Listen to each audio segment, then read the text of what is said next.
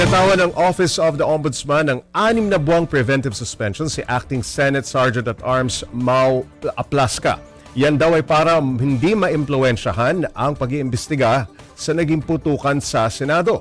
Pati naman sina Senator Robin Padilla at Senator Jinggoy Estrada kasama rin sa iimbestigahan. Para bigyan ng mukha ang balita, Mobile Journal Kayla Makantan. Unforgivable para sa akin, mahirap patawarin yung ginawa nilang yon na nagpaputok ng baril sa loob ng premises ng enclosed building. Masyadong delikado yun. Yan ang diniin ni Ombudsman Jesus Crispin Remulla kaugnay ng nangyaring putukan sa Senado noong Miyerkules ng gabi. Ayon sa Department of Interior and Local Government o DILG, 27 putok ng baril ang nanggaling sa loob ng Senado at 5 mula sa labas. Lumalabas na ang nangunang magpaputok ng baril ay si Sergeant-at-Arms Mau Aplaska.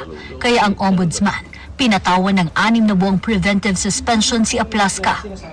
It's worrisome if we allow this to go unpunished and just ignore it. We cannot ignore something of this magnitude. Kasunod ng suspensyon kay Aplaska, ito naman ang hirit ni Senate President Alan Peter Cayetano. So let me just appeal to the Ombudsman, suspend also the NBI Director because he is more a suspect than General Mau dito. We do not want to set a bad example in the independent investigation and we do not want to put the Senate in harm's way. Una nang inamin ni Aplaska na siya mismo ang nag-warning shot sa mga ahente ng NBI. Pero giit niya, nasa loob daw kasi ang mga ito ng Senate area. Ang NBI naman, nanindigang nasa GSIS building sila dahil sa hiling ng opisyal ng GSIS na i-secure ang gusali.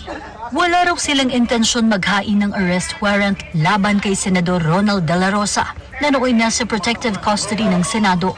Sa ngayon, hindi na mahagilap kung nasaan si Senador Bato matapos siyang lumabas ng Senado noong Huwebes ng madaling araw. Yung nakita po namin sa CCTV at saka yung report po ng ating mga security personnel na nakita po si Senator De La Rosa at sa Senator Robin Padilla na naglakad at sumakay sa sasakyan at lumabas sa premises ng Senate about 2:30 ng madaling araw. Sa kaparehong oras na sinabi ni Aplaska, nakitang may mga lumabas na sasakyan sa Senate building pero hindi matiyak kung ito nga ba ang sinakyan ni Senador Bato at Robin. Nagpaliwanag naman si Senador Jinggoy Estrada kaugnay ng nag-viral niyang video na sinasabi niyang itago ang CCTV footage matapos ang putukan sa Senado.